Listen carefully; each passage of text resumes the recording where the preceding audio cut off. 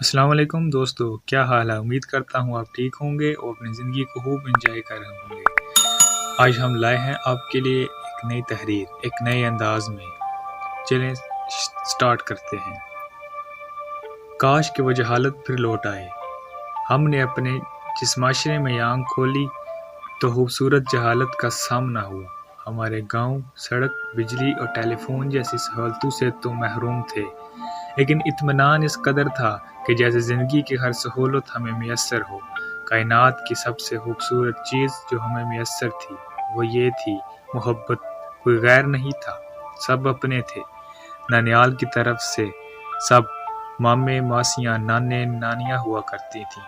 ددیال کی طرف سے سارے چچے چچیاں پھوپھیاں دادے دادیاں ہوا کرتی تھیں۔ یہ تو جب ہمیں نیا شعور ملا تو معلوم پڑا کہ وہ تو ہمارے چچے مامے نہ تھے بلکہ دوسری برادریوں کے لوگ تھے۔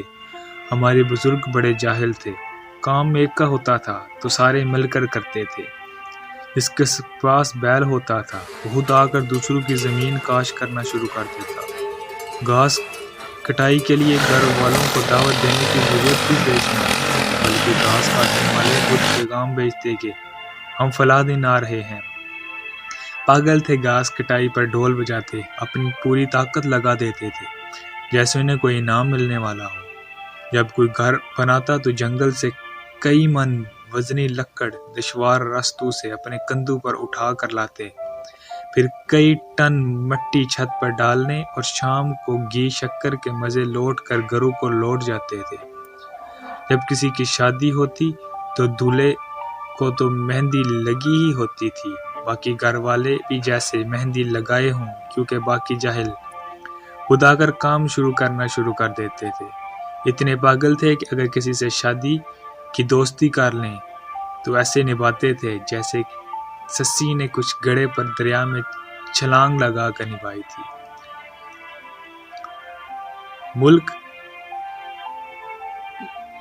مکئی ایسے ایک ایک دانہ صاف کرتے تھے، ملک کٹائی ایسے ایک ایک دانہ صاف کرتے جیسے کوئی دوشیزہ اپنے بال سنوارے۔ کتنے پاگل تھے، گندم گوائی پر تپتی دھوپ میں بیلوں کے ساتھ ایسے چکر کاٹتے جیسے کوئی سزا بھگت رہے ہوں۔ اگر کوئی ایسا فوت ہو جاتا یا فوت ہو جاتی تو دھاڑے مار مار کر سب ایسے روتے کہ ایسے پہچان ہی نہ ہو پاتی کہ کس کا کون مرا ہے۔ دوسروں کے بچوں کی خوشیاں ایسے مناتے جیسے ان کی اپنی اولاد ہو۔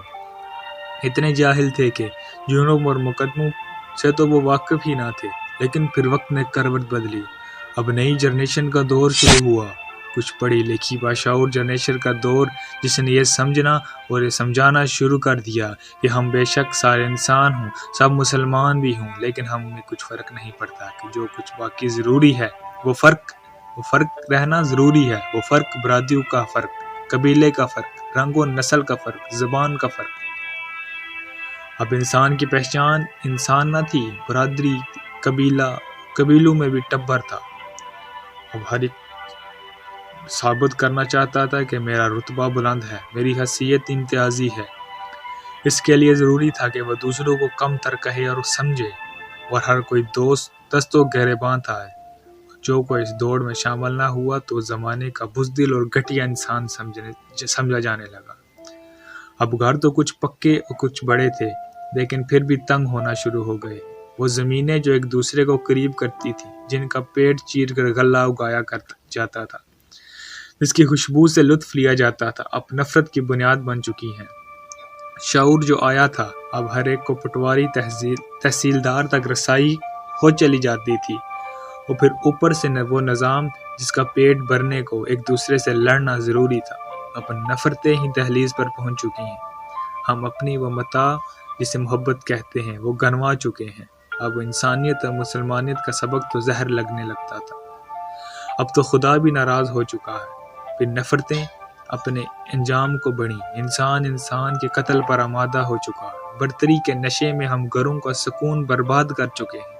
ہم بھول چکے ہیں کائنات کی سب سے برتری اور تو اخلاقی برتری ہوتی ہے۔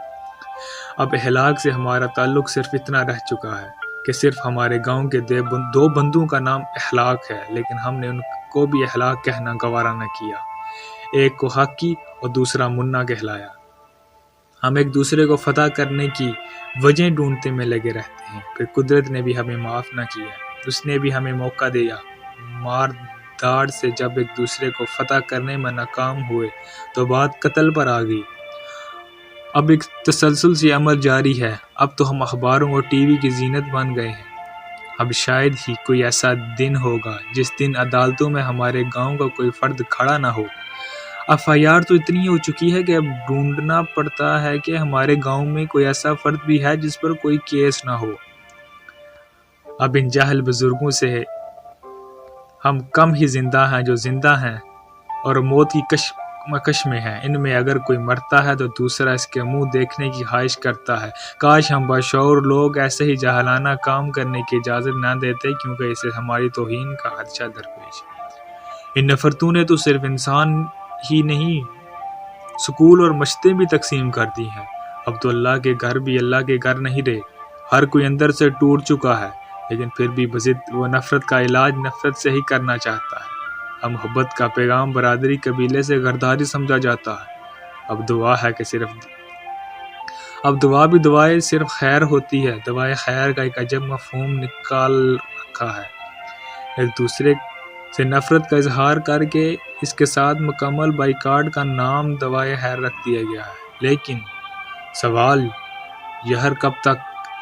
کیا یہ اچھا ہے اگر ہم آج بھی سنبھل جائیں، اپنے اندر ساری نفرتیں مٹا کر دوسروں کے حق میں دعا کرنے کی کڑوی گولی کھا لیں؟ پھر ممکن ہے اللہ بھی ہمیں معاف فرما دے گا اور ہم بھی اس نفرت کی آگ سے نکل آئیں گے، تاکہ کوئی بچہ یتیم نہ ہو، کسی کا سہاگ نہ اجڑے، کسی کی گود خالی نہ ہو، تاکہ ہم زندگی جیسی قیمتی نعمت کو جی سکیں اور کائنات کے حسن سے لطف اندوز ہو سکیں، اور اپنے آنے والی نسلوں کے لیے ایسا ماحول پیدا کر سکیں کہ وہ شعور، عمل و کردار کی بلندیوں پر جائیں،